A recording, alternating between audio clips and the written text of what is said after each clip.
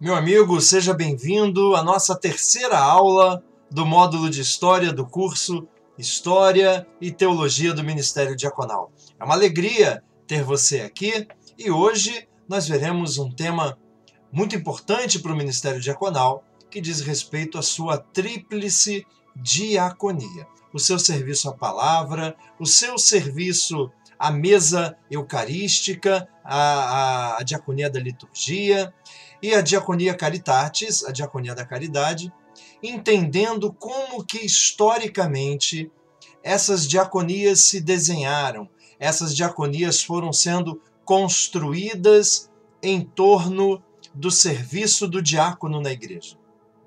A primeira coisa importante que a gente tem que lembrar é que a tríplice diaconia, ela acontece no serviço que o diácono realiza em nome do episcopo na comunidade. É servindo ao bispo na comunidade que essa tríplice diaconia vai sendo construída, desenhada.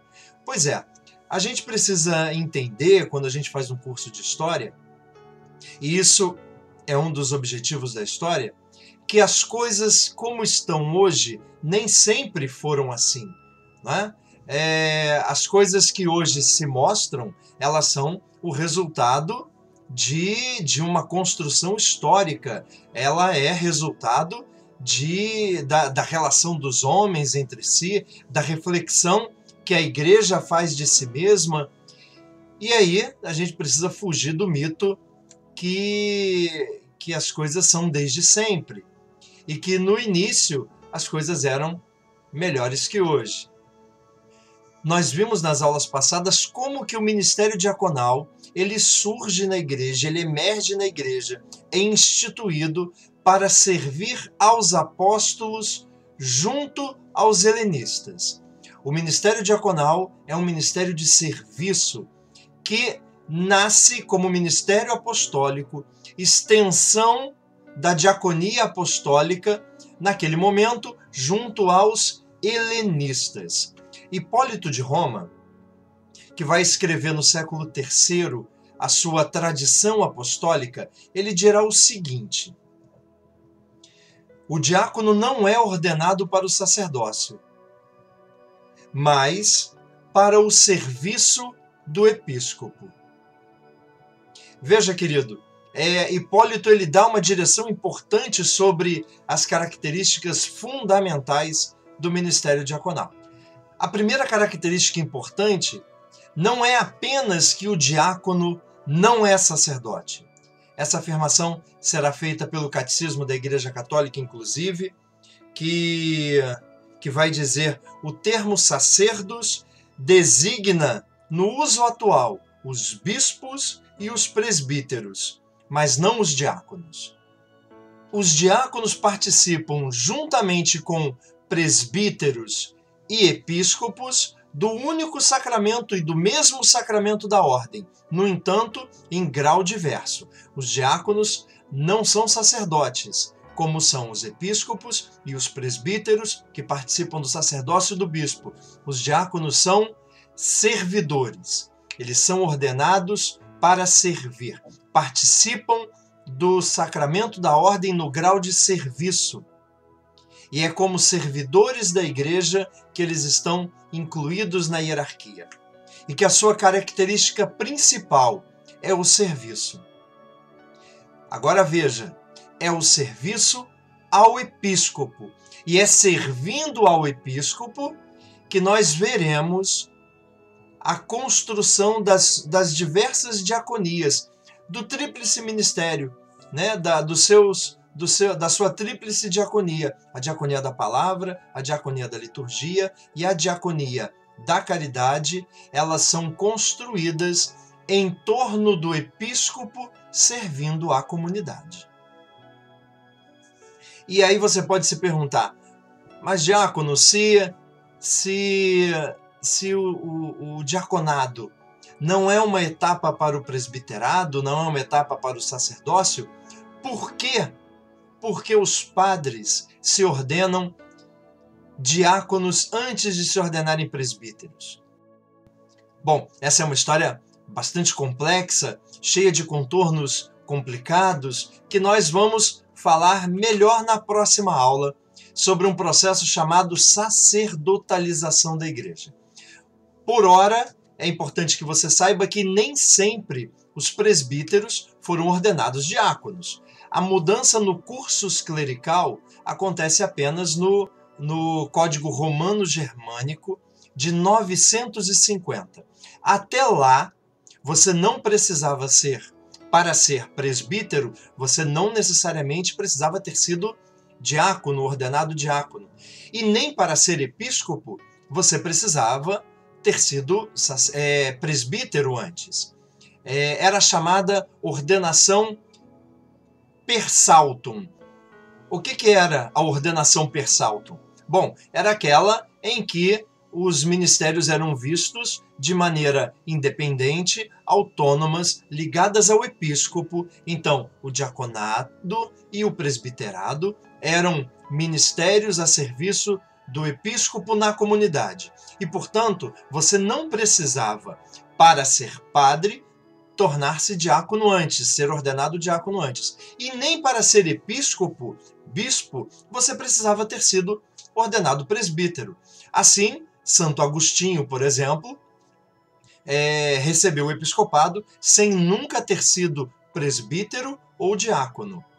Também muitos diáconos foram elevados ao grau do episcopado sem nunca terem sido presbíteros, como, por exemplo, Santo Atanásio. Exímio nome no Concílio de Nicéia, que era diácono do bispo Alexandre de Alexandria e que, após a sua morte, foi elevado à cátedra daquela igreja. Ele não foi padre e, no entanto, como diácono, foi escolhido para ser bispo daquela igreja. Muitos papas foram feitos bispos de Roma e nunca foram padres, como, por exemplo, São Gregório Magno e outros 32 diáconos. Até o Código Romano Germânico conta-se 33 diáconos que foram papas sem nunca terem sido padres. A igreja entendia, naquele primeiro milênio, que o episcopo deveria sair do clero daquela diocese. O Concílio de Nicéia, por exemplo, ele proibia as transferências episcopais.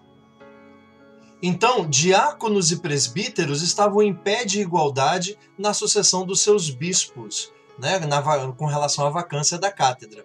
Uma das figuras que se destaca nesse cenário é o arquidiácono, ou arcidiácono, que era o principal dos diáconos e era considerado o principal sucessor do seu episcopo devido à proximidade com o bispo nos assuntos ligados à administração da diocese ou da arquidiocese.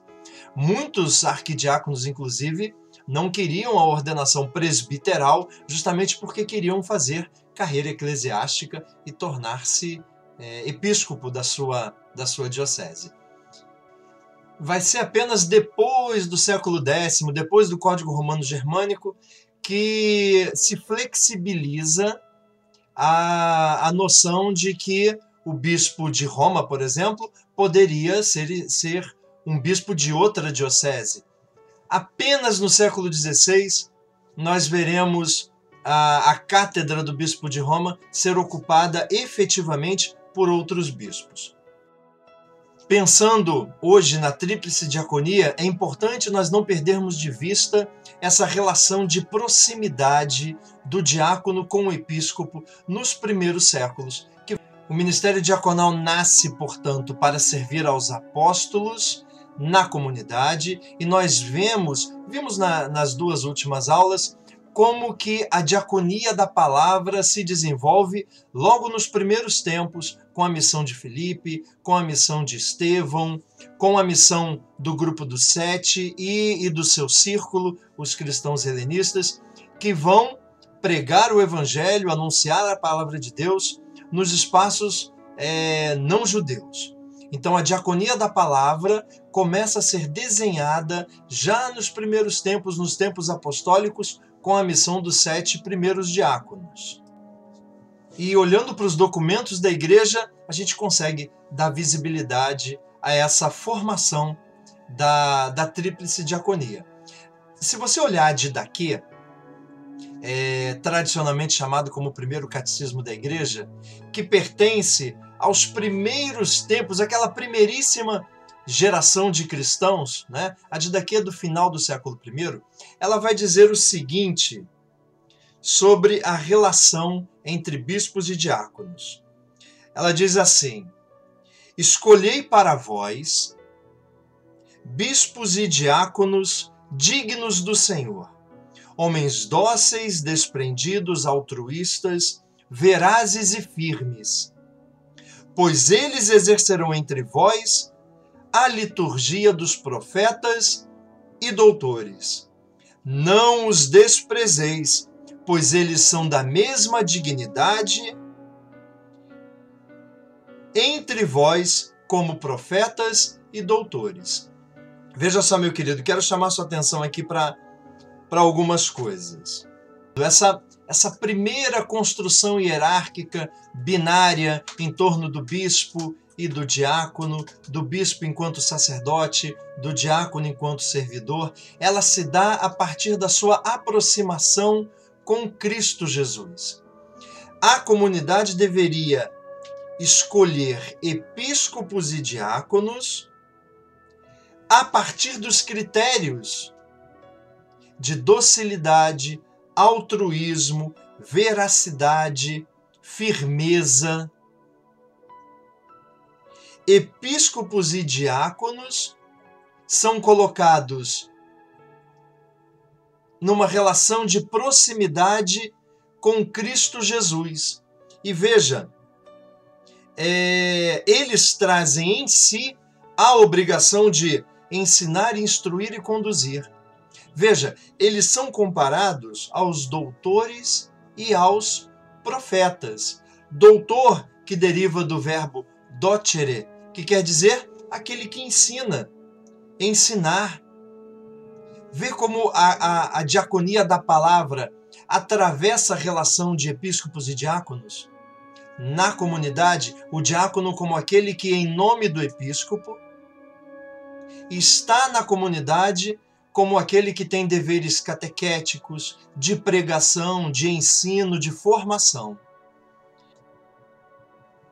E são também chamados de profetas, ou seja, aquele que, na tradição de Israel, são colocados para falar em nome de Deus, que transmitem a palavra de Deus, que anunciam sua palavra e denunciam. Assim é a função do episcopo e do diácono no seu serviço à palavra junto à comunidade. Essa relação de proximidade do diácono com o seu bispo, nós vemos nas cartas do apóstolo Paulo, na carta de Paulo a Filemon, na primeira carta de Paulo a Timóteo, capítulo 3.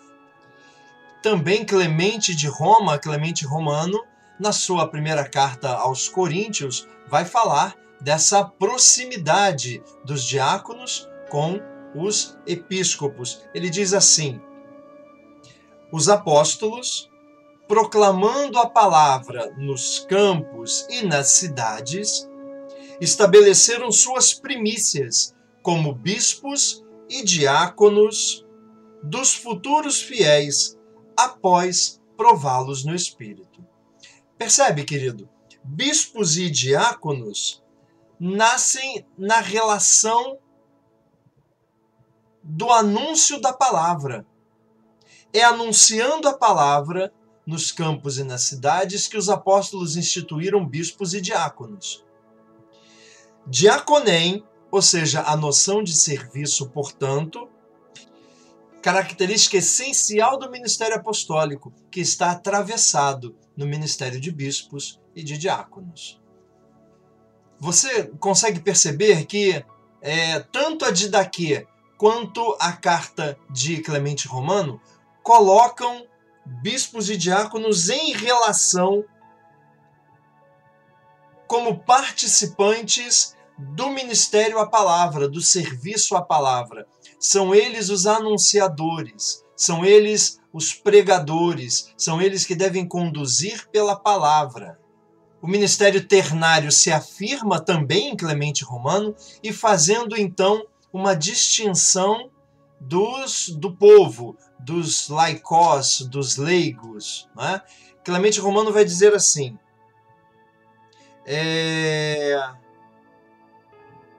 pois ao sumo sacerdote foram confiadas tarefas particulares, aos sacerdotes um lugar próprio, aos levitas, os diáconos, outros serviços. E o leigo liga-se pelas ordenações exclusivas dos leigos. Agora, mesmo Clemente Romano já afirmando o ministério ternário, nós veremos em Inácio de Antioquia o esforço e a estruturação em torno da hierarquia. E Inácio de Antioquia vai dizer: apegai-vos ao bispo, ao presbítero e ao diácono. O Espírito é quem me anunciou, nada façais sem o bispo. Guardai vosso corpo como templo de Deus, amai a união.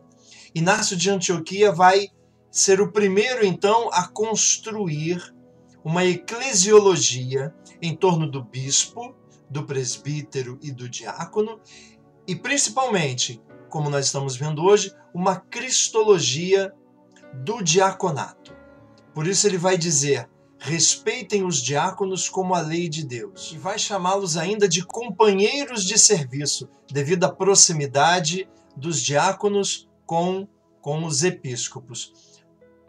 No século III, na Didascalia Apostolorum, nós vemos um testemunho bem interessante, que diz assim: os diáconos são chamados o ouvido e a boca do bispo.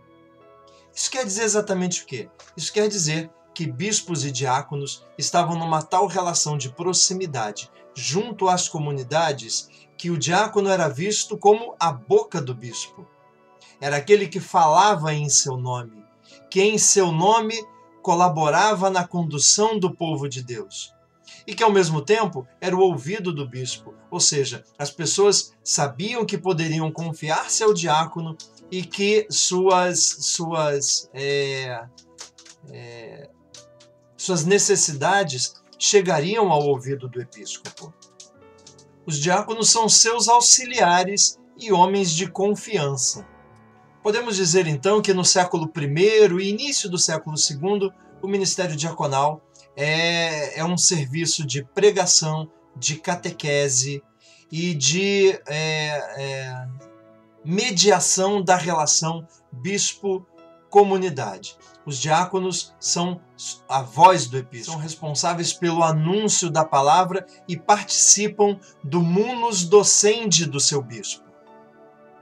Inácio de Antioquia, curiosamente, chega a dizer que não é de comidas e bebidas que são diáconos, mas são servidores de Deus e da igreja. No entanto, já na Didaquê, é possível ver a relação do diácono com a Eucaristia, como servidor da Eucaristia. No capítulo que antecede a eleição de bispos e diáconos, nós vemos um extrato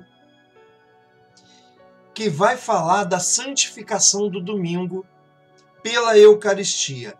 Fala da seriedade do culto eucarístico e logo depois da importância de se eleger bispos e diáconos dignos do Senhor, porque eles exercerão para vós a liturgia dos profetas e dos doutores. Veja, é o primeiro sinal da participação do diácono na diaconia da liturgia. Justino de Roma, escrevendo em meados do século II, ele vai apresentar a relação do diácono com a celebração eucarística. Ele diz assim: depois que o presidente deu a ação de graças e todo o povo aclamou, aqueles que entre vós se chamam ministros ou diáconos distribuem aos presentes o pão e o vinho, e depois levam-nos aos ausentes.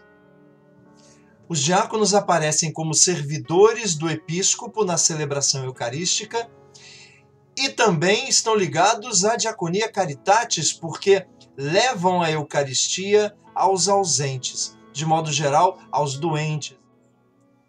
Naquele primeiro momento, os diáconos eram quase, de modo geral, jovens, diferente do que acontece hoje, que o ministério é formado por uma vocação mais madura, e enquanto que naquela época a vocação madura pertencia ao presbiterato, que era formado por aquele conselho, os chamados anciãos, né? Não por acaso, eram chamados de anciãos. Aquele conselho reunido em torno do episcopo, né? Assim eram os presbíteros. E os diáconos, diferente de hoje, eram os jovens. Hipólito de Roma também vai falar da proximidade do diácono, do bispo, a partir do serviço à mesa eucarística. Ele diz assim, os diáconos oferecerão o sacrifício ao bispo, e este dará graças sobre o pão. E sobre a comunhão ele diz, no domingo pela manhã, o bispo distribuirá a comunhão, se puder, a todo o povo, com as próprias mãos, cabendo aos diáconos o partir do pão, ou seja, a distribuição, não é?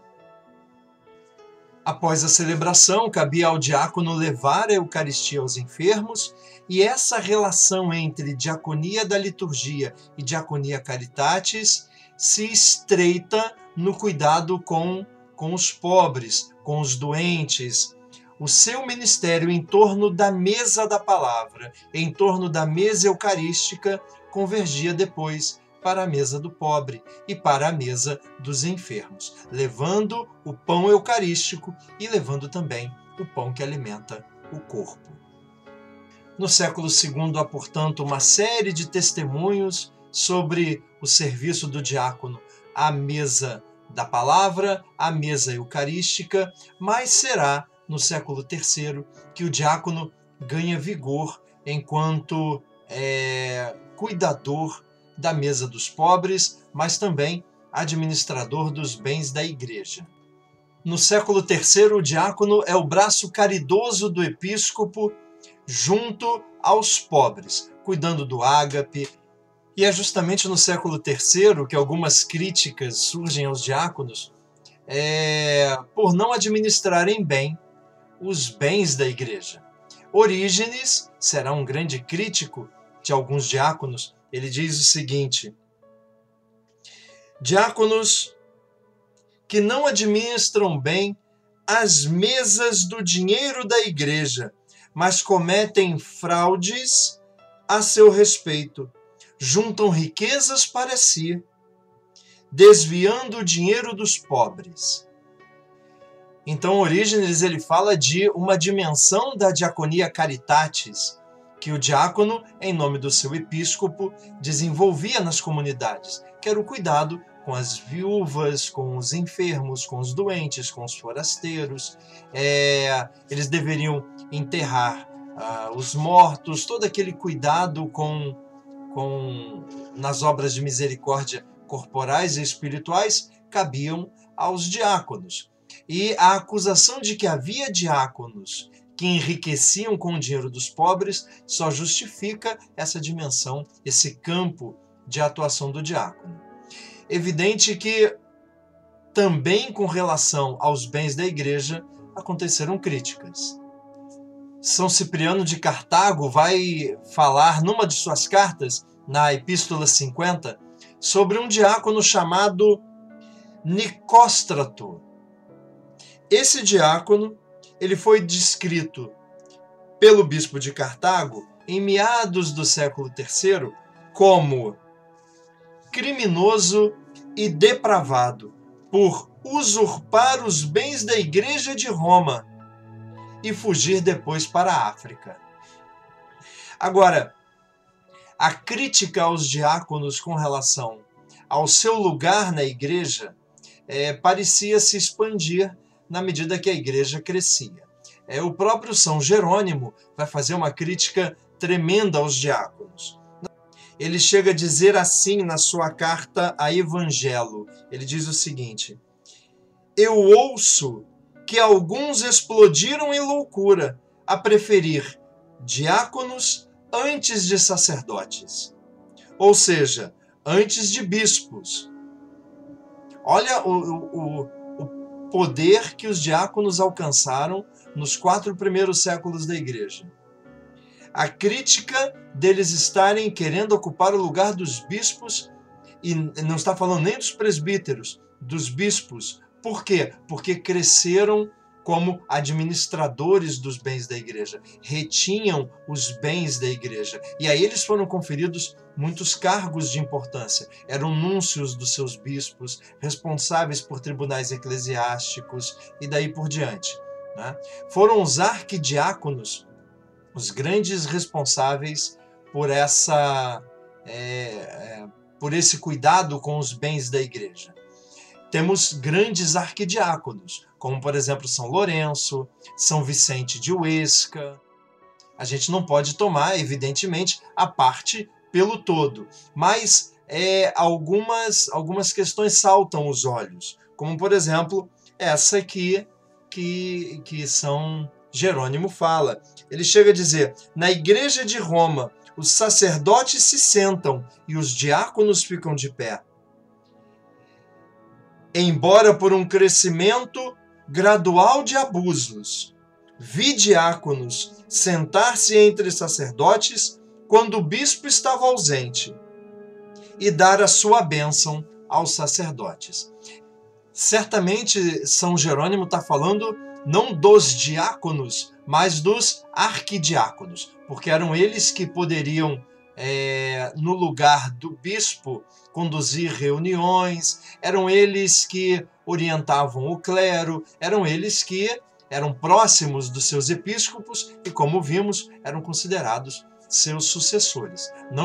São Jerônimo não fala aqui dos diáconos, embora ele use o termo diácono, mas certamente ele está falando dos arquidiáconos romanos, que foram realmente homens de muito poder político, muito poder econômico, e que essas relações um pouco mais complicadas nós veremos na nossa próxima aula, e aí veremos algumas causas que começam a se desenhar agora, a partir do século V, do século VI.